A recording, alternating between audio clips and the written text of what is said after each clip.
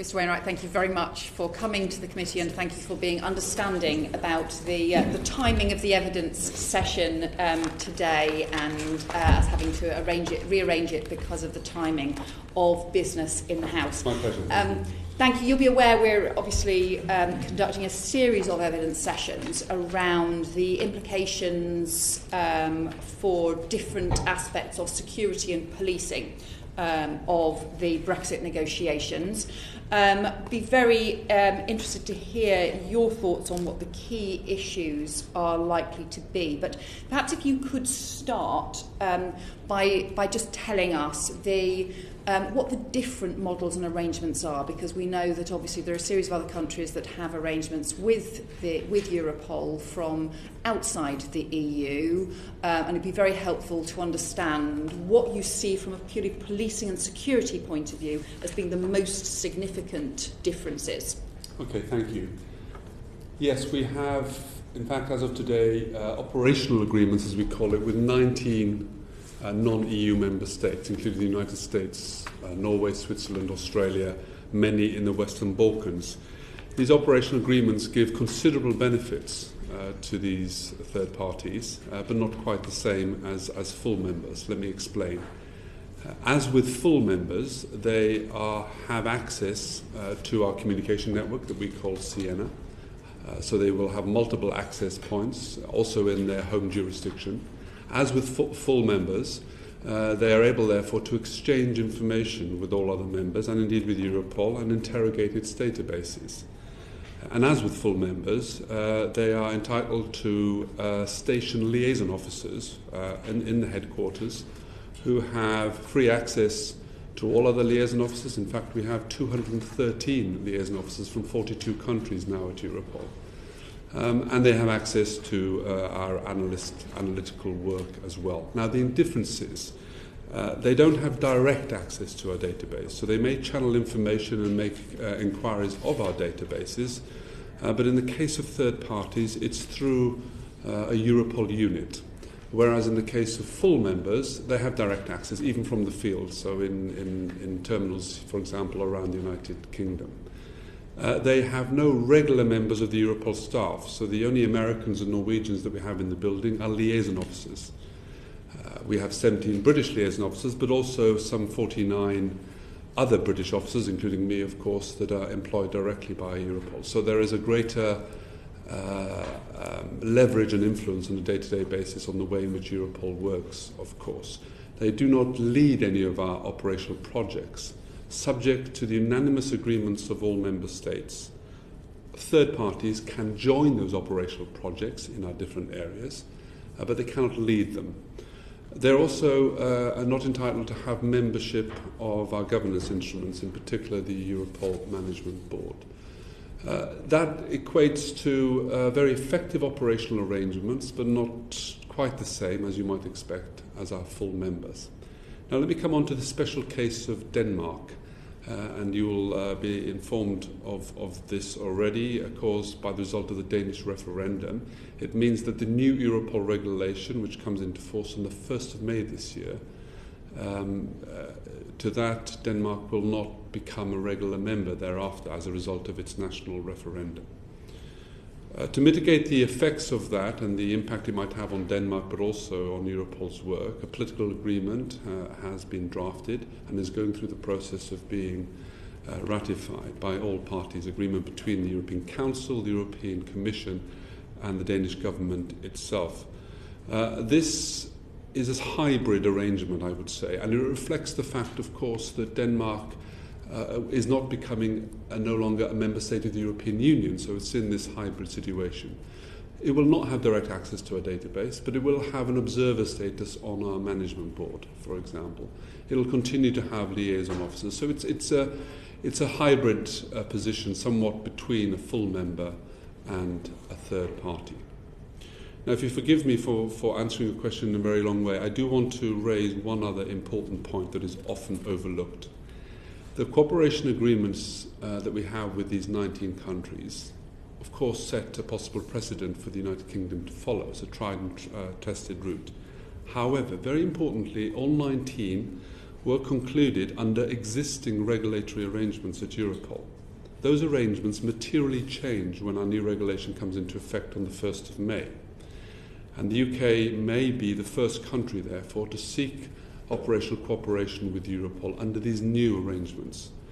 So it will no longer be a tried and tested route. Effectively, the UK will have to test a new procedure. These new procedures are such that Europol will no longer have the ability to conclude cooperation agreements directly with third parties. Instead, its task will be to implement those international agreements that the European Union as a whole will conclude with a third country.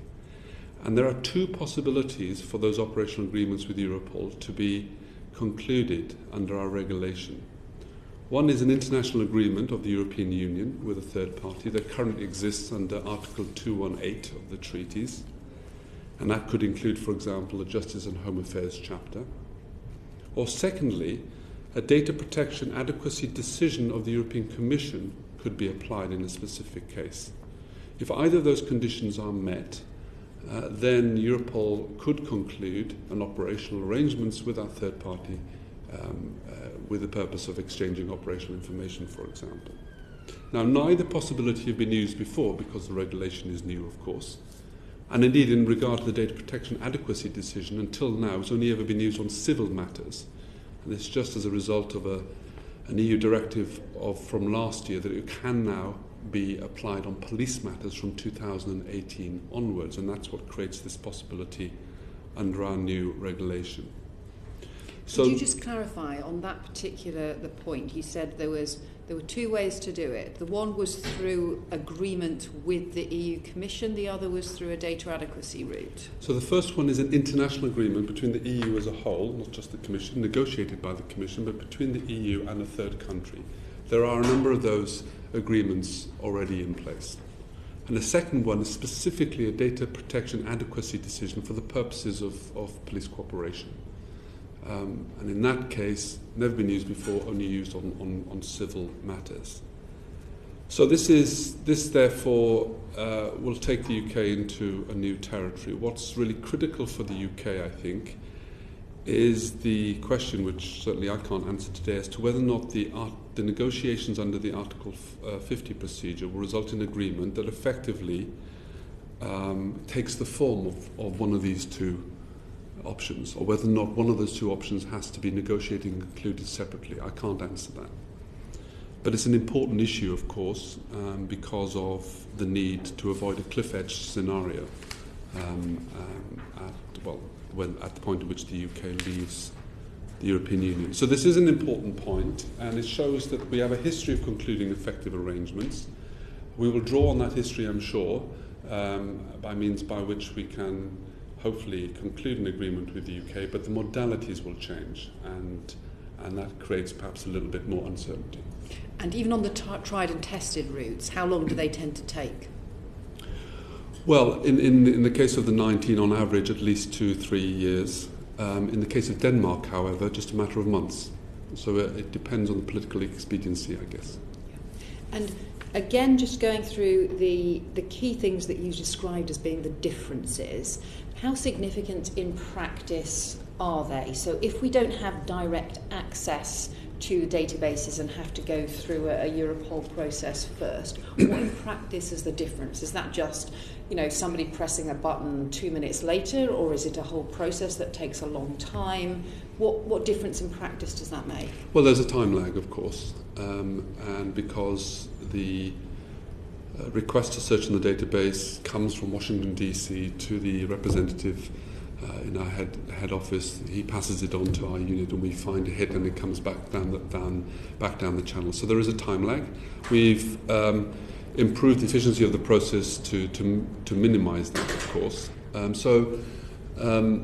Beyond that, I think also it's a point of having multiple access. What is denied is having multiple direct access to databases across different points of the law enforcement community in that third country. At the moment, for example, I think I'm right in saying there are something like 50 different Sienna points of access around the UK law enforcement community. So that potentially would change, but of course it's all subject to whether or not we would deal with, in this case, a bespoke agreement.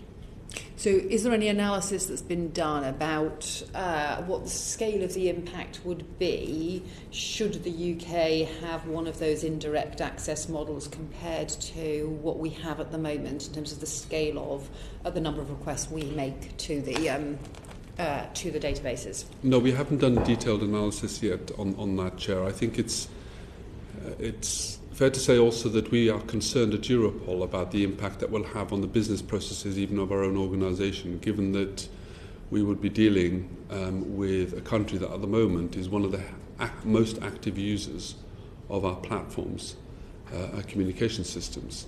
So that would create an enormous burden on the organisation, of course, for us to having to channel their requests on a daily basis. So it's fair to say, therefore, that there would be some business imperative on the side of Europol that would also want to consider how we would manage the effects of that, and that might influence perhaps the position that the Commission would take in the negotiations. For that, I can't predict, of course.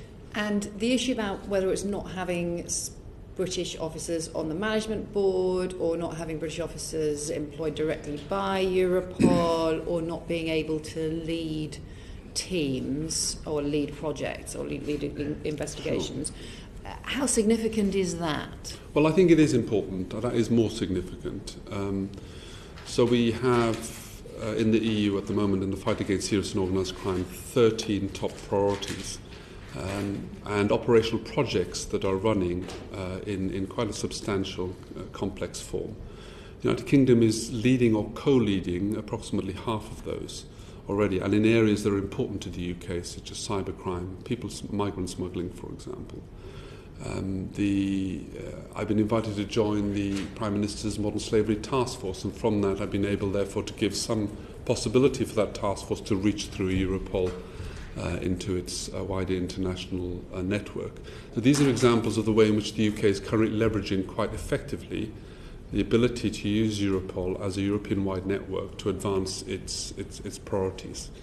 Of course, I'm sure I will be the last British director of Europol, and there are other senior positions in Europol currently held, the head of our European Cybercrime Centre, for example, which are important positions by which the UK can exercise some leverage and influence. On the Europol Management Board, the UK has consistently been a leading voice, and has been able, therefore, to chart the development of Europol in ways that many people would see it to be quite a British-friendly institution. Byron Davies. Thank you. Good afternoon, Mr. Wainwright. Good afternoon. You've talked about the UK being the most active country involved with Europol, and you've talked about our 17-person liaison team that we have in Europol. And I know that from my own work as a police officer in Eastern Europe that the British police are very highly regarded in Europe. What discussions have you had with other policing bodies in EU member states, and what is their view of where we're going now? I think the view certainly is that the United Kingdom is a very important strategic partner in the security field. Has been, as I said, a leading influence in development of Europol. There is a concern, therefore, I think, amongst the European police community that British expertise and even leadership isn't lost at a very important time, as you know, in the security landscape of Europe, where we face very heightened threats of terrorism, people smuggling, cybercrime. And there's a sense, therefore, that this is not a zero-sum game, that from the professional community, we don't see this as a negotiation by which the spoils are divided between two parties. This is very much about collective security interests of Europe. And to that extent, maybe the NATO security concept is a useful analogy here. An attack on one is potentially threatens the security of other in terms of major terrorist attacks, major cybercrime attacks on national infrastructure. So there's a common requirement, I think, across the European police community that through this process we will end up in a position where Britain still makes a decisive contribution to the European security agenda. Through Europol? Through Europol, but of course in other respects as well. Bilaterally? Or? Well, I think there are very important bilateral models of cooperation, as you know, some of which exist even within the EU, very important ones of which don't, especially in the intelligence community, and these will continue to be, to a certain extent, a bedrock of every country's security. There's also recognition, however, that the growing internationalization of crime, the growing cross-border elements that we're seeing, forces a need upon the community to act together, to act in concert, and therefore through channels of cooperation and coordination like Europol. Okay. David Winnick. You've been involved in Europol for quite a considerable time. Director, am I not right, since 2009, and before that in very senior positions. Mr. Wainwright, recognising each member country, the EU, has a perfect and legitimate right to decide whether it wishes to remain in the EU or not. That's Britain's sovereign right, as it is with the other 27 countries. Was there, amongst your colleagues, nevertheless a feeling of acute disappointment that as far as Europol is concerned, not of the wider issues, and I'll come to the European arrest warrant in a moment, it was something that they considered to be not in the overall interest in combating criminality? Well, yes, firstly, the reaction was indeed to respect the outcome of the vote, indeed. But at the same time, a sense of disappointment, a sense that we might be losing an important friend. And it's quite noticeable, actually, the extent to which I saw very little evidence of any acrimony and bitterness, certainly within the community I was dealing with, and more a sense of what a shame from the side of our European partners. Now what I get is a sense of, I think, genuine willingness to make this work for Britain, but also for, in the name of, as I said, the collective security interests of Europe. And you know, I agree with others, including the Prime Minister, that we have to get on with it now and make it work. And my job at Europol is to make it work for all 28 member states, the UK including the other 27. And it's a real concern for me that we can navigate the exit of the UK in a way that can also protect the long-term interests of the institution that I represent. The position, I listened very closely, like other colleagues, to the replies you gave to the chair about UK out of the EU and its relationship with Europol. I mean, whatever happens, it's unlikely, correct me if I'm wrong, that it will be anywhere near the present situation once we're out of the EU, as far as Europol is concerned. Well, of course, you'd expect me to say what everyone says, that I can't predict the outcome of the negotiations, but I would not expect the full membership rights that are currently given to member states of Europol to be granted to any current or future non-member of Europol.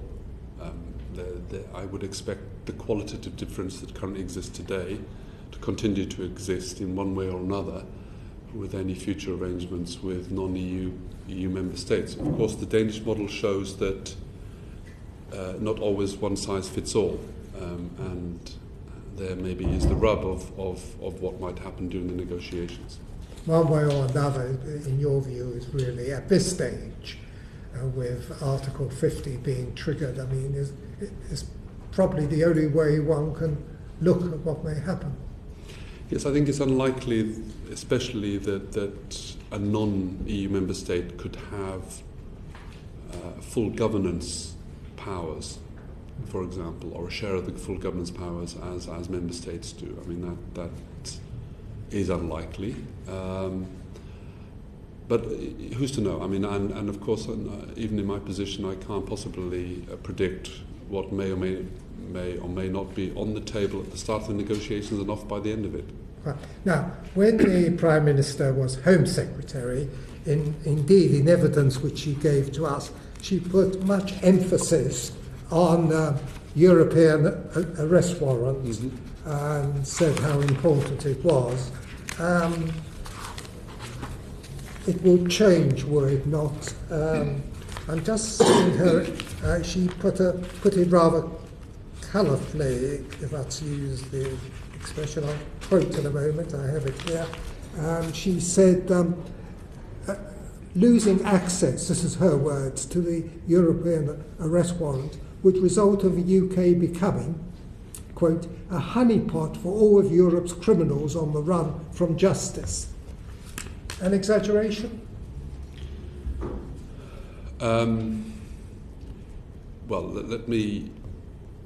I would certainly agree that the European arrest warrant is a very important instrument for police cooperation in Europe, and becoming increasingly so also for the United Kingdom. If you look at the rates of extradition from the UK in the last year, it's increased by 25% on the year before. So it seems to be becoming more and more useful, more and more necessary as a means by which law enforcement authorities in Britain conduct their activities. It's also misunderstood in the sense that Britain extradites far more than it gets back in return, as it were, and this often is portrayed as an imbalance of interests. I don't see it that way, and to your point about honeypots, some 2,000 or so criminals were indeed extradited from the UK and surrendered to other member states under the terms of the European arrest warrant in the year 2015-16. Well, frankly, that's 2,000 criminals off the streets of Britain and fast-tracked out of this country back to their home country. Whereas not all of them are amongst the most serious offenders. Some are very serious, including those guilty of sex offences, drug trafficking, even terrorists in some cases. So it's far better for Britain's security, public security that is, for those 2,000 criminals a year to be taken off our streets and taken back to their country. And if you lose that capability, although some of that could be mitigated by other arrangements, it's unlikely to be nearly as effective. And I think, therefore, we are dealing with a public security issue if Britain no longer has access to the European arrest warrant. And there can be no doubt that using the European arrest warrant has helped in extraditing criminals who otherwise would have taken much longer even if it was successful in the end. Oh, absolutely. One of the principal benefits of the European arrest warrant has been to significantly reduce the time it takes for criminals to be extradited. Absolutely. Let me just ask you this. I have no desire to put words into your mouth. You're a public servant, and decisions of a political nature are for politicians and not for you, as you would be quick to tell me. But overall, if we were outside Europol and didn't make arrangements, and we were outside the European warrant mechanism, what would be the overall position as far as combating criminality of all kinds, including terrorism? Well, I don't think that's going to happen. And it's important that it doesn't happen, I think, because of the nature by which the British policing community has grown rather accustomed to using those two principal instruments, amongst others, as a mainstream way of doing its business. And here again, in the last year alone, over 3,000 cases of cross-border investigation of crime and terrorism initiated by the UK law enforcement community through the Europol channel, an almost 20% increase on the year before. So all the statistics show an increasing dependence on these instruments as a means by which to tackle very serious security threats to this country. If you lose that, and if you lose it in a way where you haven't got time to prepare and put in place effective other measures, then of course that's going to have a likely adverse impact on your ability to fight crime and terrorism. But that's a hypothetical scenario which I don't expect to happen, but is clearly a worst-case scenario that's best avoiding. So you're saying, in effect, it's, again, hesitating to put words in your mouth, but I think you've more or less said it, but it's essential, to use another phrase you use, one way or another, but out of the EU we find the means to be involved in Europol, certainly, and also the European arrest warrants. I agree with the Prime Minister's view that in the face of these heightened security threats, now is the time for police cooperation in Europe to come even closer together, including the UK to remain part of that, and that therefore security and securing Britain's best interests on police cooperation, for example, on fighting terrorism, is and should be and will be a top priority in the negotiations. I agree with that view and am reassured by it. David Burrows. The policing minister has said that the exit negotiations will seek to, in his words, ensure that we get something bespoke for the UK on policing and security cooperation. And David Armand of the NCA told us in December that has been advised that there are no bespoke deals to be done on Europol membership. So what are the prospects for the UK for negotiating a unique, let's call it bespoke relationship with Europol, given its involvement in shaping the agency, which is very much noted to date in its contribution? I think we will be moving into uncharted territory. Of course, it's the first time that we have a member state that's leaving the European Union. So none of the previous models of cooperation at Europol are perfect analogies. Not the 19, not even Denmark for that matter.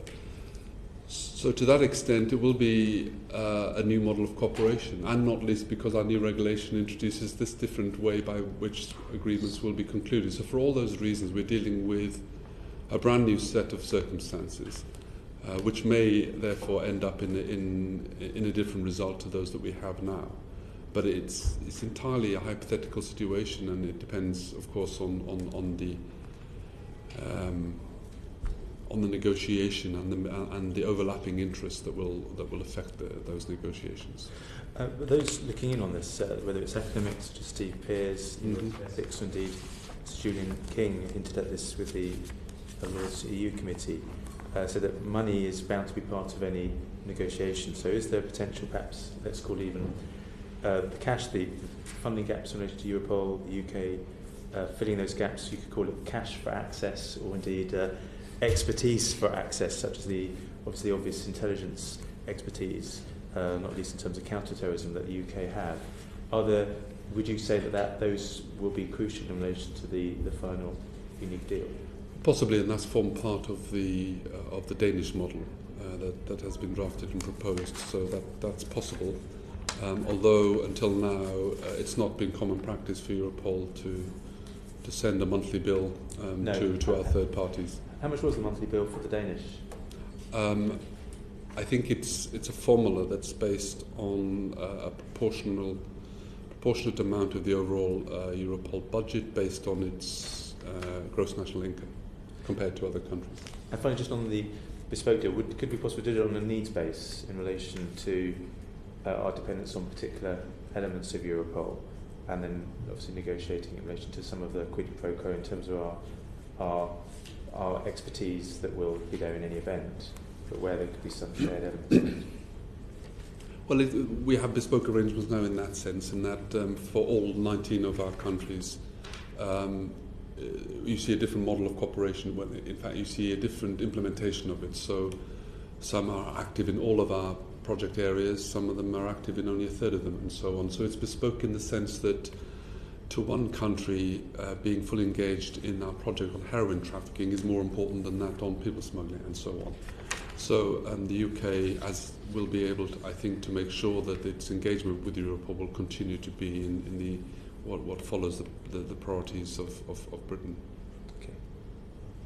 Michael J. Wardner. Thank you, Mr. Wainwright. I just wonder if I can focus on this issue of us leaving the European Union and visit some of the comments you made in June last year. Were you scaremongering when you said that leaving the European Union meant that the UK would become, quote, a second-tier member of our club, end quote? Well, no, because as interesting I've explained, there is a difference between our full members. Hang on a second. Let's just let the answer and then come back to it. Well, if I could answer the second half. I'll come back to you. Let's just hear the answer first. Well, there's a second half to the question, Chairman. I know, but I still want to hear Mr. Wainwright's answer first as to why he was not. Was not scaremongering, yes. Allegedly. Well, specifically in regard to that that phraseology. It was a descriptor used by me to explain in simple terms the difference between full rights as member states and those that don't quite have the same. Second best list of rights that our non-member states have. Well, some would say that, yes, there are those countries who are not part of the European Union who are in what you call the second tier. But as other colleagues have said today and on other occasions, surely we wouldn't go into this second tier because of all the intelligence we contribute, all of the ways indeed that Europol has been shaped, including you as director, and that it would therefore be a very much a bespoke deal, not simply take it or leave it. Possibly. So you wouldn't agree with the Home Secretary or the Commissioner of the Security Union who said last week that where there is a will, there is a way. And in answer to previous questions, I've said that I've asked that we should all be mature enough and grown up enough to recognise that maintaining security for our citizens transcends any of these political differences.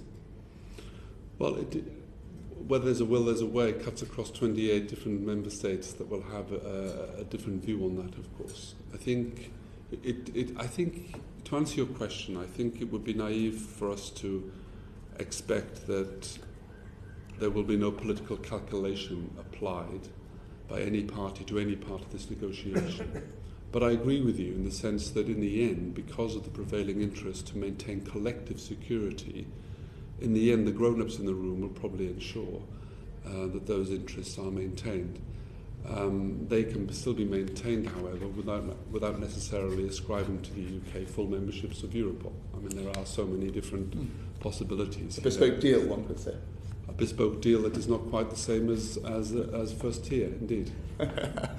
Well, but you do accept, Mr. Wainwright, that there are moral considerations, not just absolutely, and I'm the first person to argue for that in my discussions with EU colleagues. And one final question, if I may, Chairman. The former chief of MI6, Sir Richard Dearlove, he made some very interesting points in an article in Prospect magazine.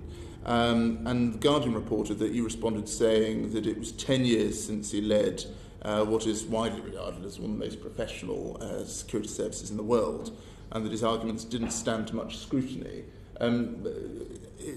Please tell us if that isn't correct. But I wonder if we could just put those to scrutiny now, and if you could set out why you thought that the chief of MI6 was so wrong when he set out that counter-terrorist and counter-espionage liaison is driven by as much by moral considerations as political ones, and you've just accepted that moral considerations must come at the front of the queue, and that the importance of the European arrest warrant, which you've referred to a moment ago, has been exclusively criminal, and few would notice its passing into the UK because of the numbers you've talked about already. And last, and this is just a selection of his comments, that turning to Europol, and this is perhaps why you may have said what you did, with 28 members of vastly varying levels of professionalism in intelligence and security, the convoy must accommodate the slowest and leakiest of the ships of state. The larger powers cannot put their best intelligence material into such colanders. So is that why you criticised what he said, rather than his passion for the moral considerations to overtake the political ones? The view I had at the time, I still have, is that an awful lot of progress has been made in the 12 or more years since Sir Richard, as you say, was a very effective head of MI6. Since then, for example, the European arrest warrant has, as I said, transformed the business of police extradition. The Schengen Information System, which today contains 70 million alerts, was nothing like as effective in those days. And indeed, Europol itself is now sharing much more data. Even the field of counter-terrorist data, 10-fold increase even in the last 2 years. So the rate of progress in all of these areas is of a different scale and order to anything even 5 years ago, let alone beyond that. I certainly would not agree with anyone who says that few would notice the passing of the European arrest warrant. I think they would if we couldn't replace it with something that could also not guarantee that 2,000 criminals were not able to be taken off the streets of Britain each year as necessary. So in all of these areas, I think what we see is a maturing capability of EU instruments that the UK has become increasingly more dependent on to secure its interest in fighting crime and terrorism.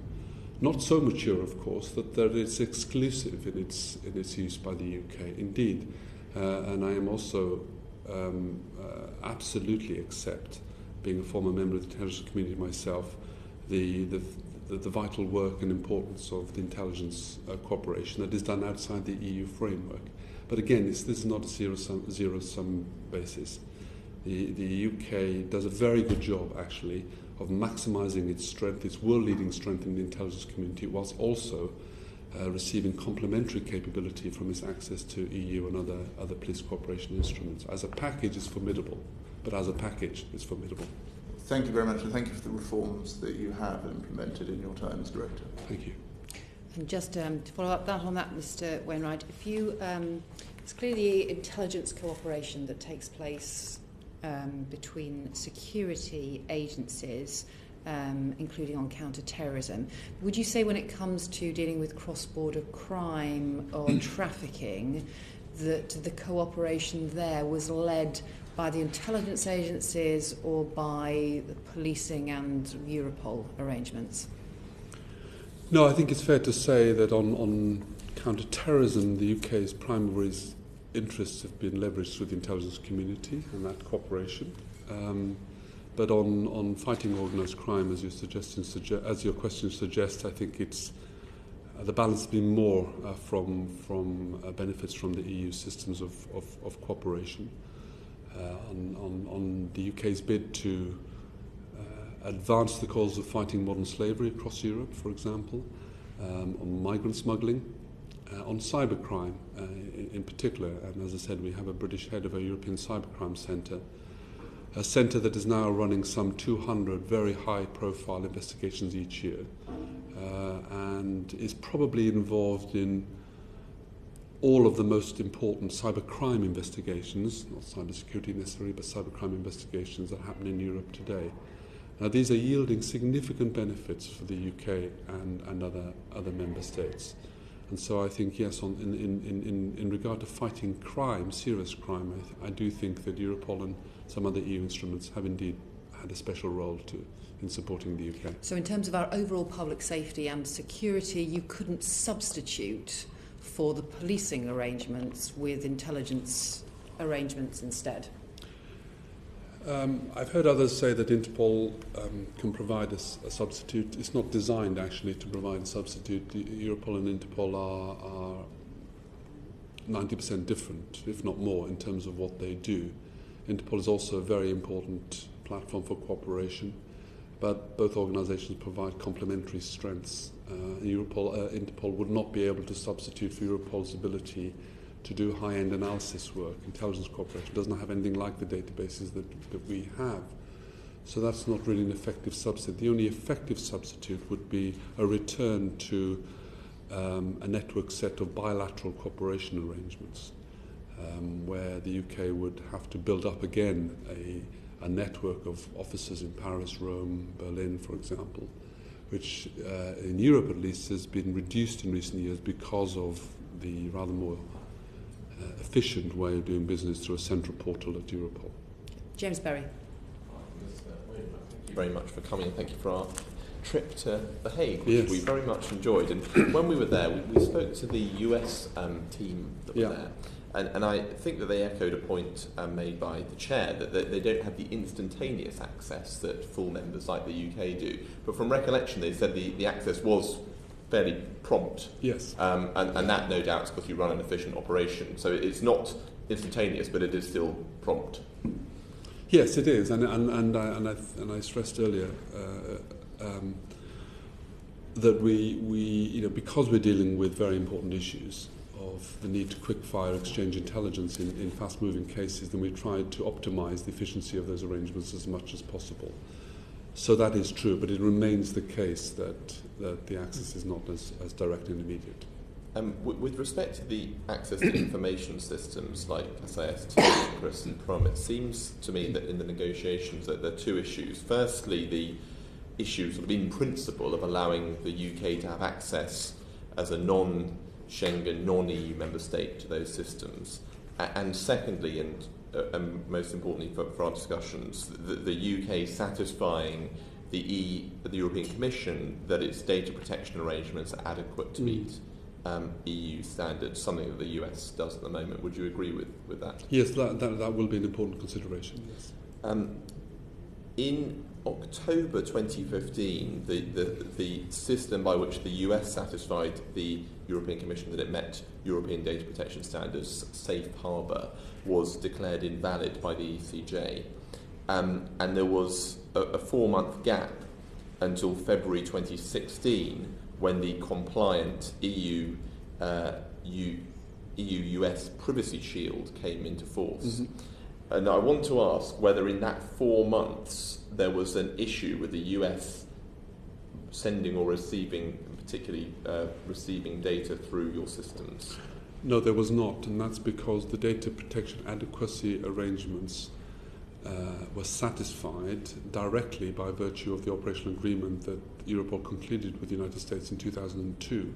So it was an inbuilt mechanism to that agreement that was ring-fenced, therefore, and something, therefore, that the ECJ ruling in that case had no material impact on.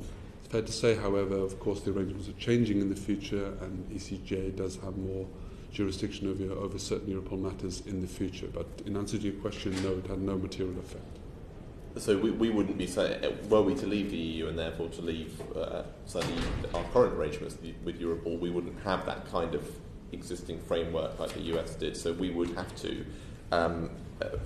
satisfy the European Commission that our data protection standards were adequate in order to access your systems. Yes, well, currently, even in the case of the 19 operational agreements that we've concluded already, there is effectively a data protection adequacy test that is applied directly by Europol and its data protection independent advisor. It's simply that the Commission replaces that, becomes the means by which to test that under the new arrangement. So there always has been a test and quite a rigorous procedure by which to meet it. In fact, that's been the principal reason why we haven't concluded even more with other countries. In the future, the test is clear under the regulation that the Commission shall carry out a data protection adequacy assessment either as part of a main international agreement or as a specific agreement by which Europol can then begin sharing operational data. So do we and other EU member states currently meet that automatically as EU member states, whereas countries outside have to satisfy an adequacy? Effectively, yes. Okay. Just returning to a subject you've already mentioned, that it will be, I think, significantly to the UK's detriment to lose access to these information systems, but it's also right that it be significantly to the detriment of other members of Europol, because the UK provides a large proportion of the intelligence and a large proportion of the more valuable intelligence on your systems. Yes, as I said, I consistently maintain this is an issue of collective security, and one that is very significant in the case of Britain because of its sizable contribution that it makes. So, just as a law enforcement and security sector leader, and in your role as head of Europol, and putting aside all politics and ideology and practicalities, your advice to your members of Europol would presumably be that not to do anything to weaken the current arrangements that we have with Europol so far as possible, we being the UK. Yes, and that was the approach that I took in the case of Denmark as well, to insofar, of course, as legal and political considerations applied by others to ensure the most effective cooperation on security, the most effective arrangements continue to apply. And the fact that new arrangement was concluded in a matter of, I think you said, 3 or 4 months, shows that where there's a will, there's a way. In that case, certainly, but it's a very different case to that of the United Kingdom, not least because Denmark is not leaving the EU. So there's certainly a will here, we just need to find a way, which is what you're helping us with. Thank you. David Burris. Yes, in terms of the position in relation to the risks around, David Armand told us that it would increase the risk if the UK was curtailed in our ability to access intelligence systems that our overseas partners have put in place. Would you agree directly with his assessment? Well, he's in a better position than I am to make that assessment, and he's a very experienced cop and speaking directly on behalf of the British law enforcement community. So, I'm in no position to disagree with his professional view. Can I just break it down in areas which you have particular oversight of, with Europol covering obviously the vast portfolio of issues around risk, of crime and security, firearms, child sexual exploitation, abuse, cybercrime, modern slavery, money laundering, those areas. Do you have any sense of which areas, certainly the UK, most leans on heavily in terms of its Europol arrangements, and where it may struggle to maintain the current operational efficacy if it was to lose any of that cooperation or partnership with Europol? Cybercrime, people smuggling, trafficking in human beings, drug trafficking. You think directly those areas that there'll be a loss? There are many others. Those are the areas which the UK currently, I think, exercises considerable benefit from its engagement through Europol. Right. So, And so, in terms of the new arrangements, without that same relationship, however it's defined, you think there would be an increased risk in those areas in terms of the UK's combating those areas? Yes, unless, of course, the effects of losing that capability were mitigated by other effective measures. Okay. Can I just switch around there? What increase in risk would there be for Europol in terms of its partnership member states? Well, a cliff edge. If the UK, can I just finish my question? Of course, excuse me. If the UK was to cease the intelligence sharing and operational cooperation that it has, and if it was to leave and move away from the current relationship, what would be the risk to other partnership member states and organisations? It would be a significant setback for Europol. We would lose one of our top 3 leading contributors of intelligence. In terms of the risk, more so, the setback, would you define it in any ways in terms of risk of those areas of operations? Yeah, the risk is that we would therefore, the risk of losing a considerable part of our data holdings in relation to our knowledge of how organised crime and terrorism works across Europe. Our ability at the same time to coordinate effective cross-border police operations in a way that is as effective as possible across Europe. So one of the most important functions that Europol does is to coordinate across in our most recent, highly significant cyber operation across 30 jurisdictions at one time. The ability, therefore, to harness operational capability and impact across those 30 jurisdictions simultaneously is very important in having the desired effect against a very high-powered criminal organisation. If we're unable to have that capability without including the United Kingdom, then the risk is that our operations become less effective, less well informed because our intelligence is lower, and less effective in its operational impact. Right, thank you. Can I just to follow up on the issue about in terms of the access to the Europol databases? Are there any examples that you're aware of where other third countries have wanted access and where it's been added anything more than a delay to the process? In other words, where they have tried to get access to something that they wanted, and had they been full members, they would have been able to get access, but in fact, because they were not full members, because they didn't have the direct access, that it added anything other than a delay to the process? No, nothing that I can think of, Chair, apart from a delay. It's worth saying also that 2 of our members, but they are Schengen states, Norway and Switzerland, at ministerial level have recently raised a request at political level for these arrangements to change in favour of Norway and Switzerland, in that case having indeed direct access. That so far hasn't been acted on by the European Commission, but I make the point that they are asking for this. There have been examples in which some of those 19 countries have sought to join some of our operational projects, and they haven't succeeded in doing so because at least one of our full members didn't consent to that application. Whereas for all member states, there is an automatic right to join all of the projects, any or all of the projects. So there have been some examples, therefore, where the third party has not been successful in expediting its full interests by virtue of it being a non-EU member state rather than full member. And do you have any examples where Britain's membership either of the board or alternatively participation in any of these projects and so on has materially changed the decision or direction that would not otherwise have happened if Britain had not been a full member? Yes, the board discussions are normally on a sort of confidential basis, but so I will not give you specific examples. But there are multiple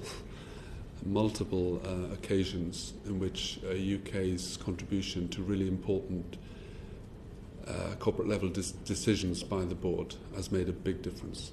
Absolutely. And can I ask you, in terms of some of the wider issues that you're facing and concerned about and across Europe at the moment, what do you? I asked this question of the Commissioner at the end of the evidence session with him as well. What are you most concerned about? It's clearly your job to deal with whatever concerns that there are, whatever the problems are that we face, and to cope with them and to manage risk. But what are the risks that most concern you? Yeah, I'm concerned about our ability in Europe, on a collective basis, I make that point again, to have the best possible capability to fight what are clearly more challenging and complex security threats that we face in all of the areas that I've been describing, especially in cybercrime, in terrorism, where we're facing across Europe the highest threat for a generation, I think. People smuggling, which is a criminal community that has exploded in size and capability in the last 2 years, and I could go on. In all of these areas of organised crime, cybercrime and terrorism, the threat is more challenging and defined in particular by its international cross-border nature than at any time in the past. And as a result, therefore, it follows that we have to respond to this more transnational, globalized threat, which is making use of technology especially to reach a broader target community in ways in which brings the community even more closely together. And that is the most important context within which I think we are talking about this issue, and I think on the point of security within which the Article 15 negotiations should be undertaken. And how do you think Europol needs to change over the next 5 years? I think the challenge on Europol is to deal with significantly rising demands in its services and the amount of data that we're having to process in particular. So we're having to adopt, and we will have to adopt, the most advanced technological solutions around machine learning, for example, to deal with that. It needs to continue to build its position of trust and credibility with the community at large, especially in the field of counter-terrorism, where it's been the hardest for us to win that prize, given that this is primarily a national security issue. But if we're not a serious player on terrorism, then we're not a serious European police organisation, I think. And we worked very hard on trying to fix that in the last few years. And I think we have made some progress, but are at a transition point effectively. And that will, I think, be a decisive part of our story for the next 5 years. And in terms of the planning that you're having to do for the future, presumably part of that in planning does include different options as part of the Brexit process. Is Europol itself looking at different options, or are you leaving that to the Commission and just waiting to see what happens? Well, we don't leave it to others, no. How can I put this? We're not planning on Britain no longer being a member of Europol in at least one form or another. And is it taking, but is it, and do you have a kind of a section of Europol that is doing planning work for the different issues and options to be able to provide advice to the Commission and so on? Yeah, we have a very good policy team that is tracking this issue all the time, and as you say, providing advice to the Commission amongst others. And how many people do you have in that policy team that are working specifically on the Brexit issues? Well, there are not many that are full-time on the Brexit issue, but if I were to total it up, it's a dominating issue, one of our top 2 or 3 policy issues in our team of 20 or more. Mr. Mayor, I'm conscious of the time. We've asked you a series of questions about what the different issues might be that we need to make sure are dealt with effectively as part of the Brexit negotiations. Are there any others that you would raise with us? Anything that you think we should be aware of? You raised at the beginning the issue of that this will be done under a new procedure rather than under previous procedures. Are there any other things that you think that we should be aware of in terms of the coming negotiations? No, I don't think so, and I followed the work of this committee and the excellent evidence that other experts have given you, and I think you've covered the ground very well, and in particular I think already reached the view that this is a very important part of the Article 50 process as a whole, and by that I mean not only Europol but the whole set of arrangements on police cooperation is clearly a critical part to get right. And final question, Byron Davies. Yeah, just slightly. Given the high-profile presence that the UK has had with Europol, with yourself at the helm, and the number of members that we've had working there, of our police force, etc., do you think, I mean, if we don't retain a real presence there, that Europol will be the worse for it? And I'm thinking, we are actually very good at the intelligence game. Yeah, I think Britain has made such an important contribution to the evolution of Europol. So I think Europol, yes, would be weaker without active British engagement. I think obviously the status of Britain's involvement is going to change, come what may. There's no reason, though, that it can't continue to exercise at least some significant influence, but from a different position. What I mean by that, it certainly has the prospect of continuing to have a sizable liaison officer community like the Americans do.